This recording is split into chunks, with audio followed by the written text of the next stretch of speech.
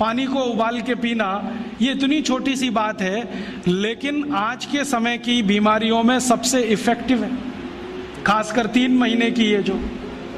तो आप उनको बता दो भैया पानी उबाल के पियो, उबाल के पानी पीने से क्या होता है वो समझा दो उनको, 10 मिनट में समझ में आ जाए।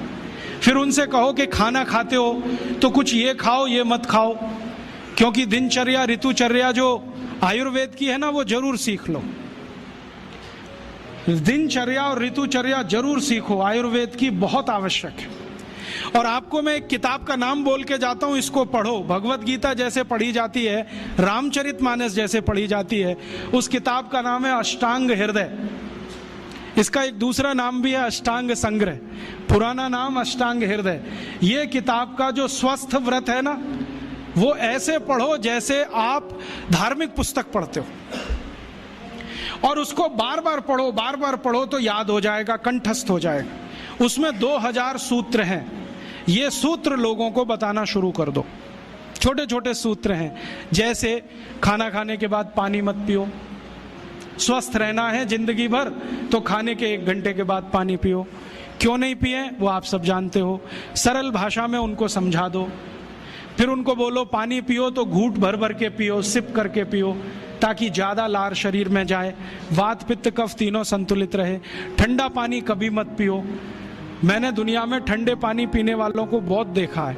यूरोप और अमेरिका के लोग चिल्ड वाटर पीते हैं, बर्फ का पानी फ्रिज में रख के पीते हैं। परिणाम जानते हैं क्या होता है? सवेरे जब टॉयलेट रूम में जाते हैं तो 1-1 घंटे बाहर ही नहीं आते। उनको पूछो भाई तुम क्या कर रहे थे 1 घंटे वहां? तो कहते हैं न्यूज़पेपर पढ़ रहे थे, मैगजीन पढ़ रहे थे। क्यों पढ़ रहे थे? स्टूल पास नहीं होता। क्यों नहीं होता? कॉन्स्टिपेशन है, जोर लगाना पड़ता है फिर भी नहीं होता। गाना भी गाते हैं मेरे सपनों की रानी कभी आएगी, फिर भी नहीं आती। और अंतिम दुष्परिणाम पता है क्या होता है? उनको पेट साफ तो होता नहीं, तो सांस में से भयंकर बदबू आती है।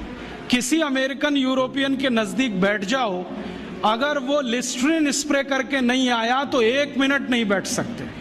हर समय उनको माउथ फ्रेशनर स्प्रे करना पड़ता है, क्योंकि अंतड़ियां साफ नहीं है, कब्जियत है, मल भरा हुआ है, उसमें कचरा जमा है। फिर उनके पसीने में से भी बदबू आती है। क्यों? कब्जियत बहुत है। और पसीने की बदबू दूर करने के लिए डिओडोरेंट स्प्रे करते रहते हैं। और आप तो सब जानते हो कि अगर कब्जियत है तो बाल भी कड़क रहते हैं, तो उन कड़क बाल को सॉफ्ट करने के लिए क्या क्या सब करते हैं। शैम्पू लगाते हैं, शैम्पू के बाद पता नहीं क्या क्या लगाते हैं। ये सब वो जो करते हैं ना, उनकी मजबूरी है, स्टेटस सिंबल नहीं है। इसको अपने दिमाग से निकाल दो कि ये कोई स्टेटस सिंबल है। तो सरल भाषा में समझाओ, ठंडा पानी पीने से ये होता है, मत पियो, समझ जाएंगे। फिर उनको बोलो सवेरे उठो तो सबसे पहले पानी पियो। फिर उनसे बोलो खाना खाओ तो बैठ के खाओ, कभी भी खाना खाओ तो पूर्व दिशा में मुंह करके खाओ, सो तो पूर्व दिशा में। ये अष्टांग हृदय में इतने अद्भुत छोटे छोटी बातें हैं तो संस्कृत में है, लेकिन अब तो उसका हिंदी भी आने लगा है। तो हिंदी ले लो, हिंदी वर्जन ले लो, इसको पढ़ो, बार बार पढ़ो, और ये जाके गांव में सबको बताओ। फिर उनको कहो देखो ये तो है स्वस्थ रहने के लिए, अब तुम बीमार पड़ो तो बताओ तुम्हारी बीमारी क्या है। ये बीमारी है तो ये दवा है, ये बीमारी है तो ये दवा है। और मेरा आपसे एक निवेदन जरूर है कि अगर आप होम्योपैथी से भी इलाज करो तो उसकी मूल दवा जरूर बता दो। उनको ये ग्रीक और रोमन नाम में मत फंसाओ। आप कहोगे जी मैं तो ऑसिमम दे रहा हूं, ये उनको कहो ये तो तुलसी का रस है भैया, तुम्हारे घर में फूलों से बनी हुई है, आसानी से मिलती है, जयपुर में मिलती है, दिल्ली में मिलती है। भंडारी वालों को अक्सर ऑर्डर दे के रखो, हमको इतनी भेजो। उनको जो पता चल गया कि आप प्रचार के लिए कर रहे हो तो मुफ्त में भी दे देंगे आपको। तो इस तरह से आप गांव गांव जाओ, छोटे छोटे शिविर लगाओ, गांव वालों को इकट्ठा करो। गांव वाले बहुत दुखी हैं, शहर वाले भी दुखी हैं, वैसे तो वो दुखी हैं। इसका यही सबूत है कि रामदेव जी आए जयपुर में सवेरे 4 बजे तो सब लोग पहुंच जाते हैं वहां, पैसा भी देते हैं, समय भी देते हैं। और 4 बजे रामदेव जी कहें टांग ऊपर उठा लो तो उठा लेते हैं, कहें सिर नीचे कर दो तो कर लेते हैं, ऐसे कर लो तो कर लेते हैं। क्यों? परेशान है, दुखी है, शरीर उनका साथ नहीं दे रहा है। और इतने दुखी हैं कि रामदेव जी तो क्या, कोई टिम्बकटू आ जाए उसी के सामने वो आ जाएंगे। और वो दुनिया भर में घूम के आते हैं अपनी अपनी छोटी छोटी बीमारियां लेके। तो इन जो दुखी लोगों का थोड़ा थोड़ा आप मदद कर दो इलाज के रूप में, ये सब आपके भगत हो जाएंगे।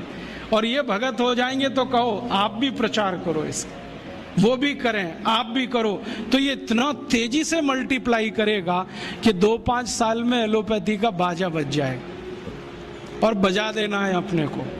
हाँ, ये संकल्प लेके चलो कि इनका बाजा हमको बजाना है। मैं बहुत जल्दी एक टीवी चैनल शुरू करने जा रहा हूं एलोपैथी का बाजा बजाने के लिए। इनकी सब पोल खोलनी है मुझे।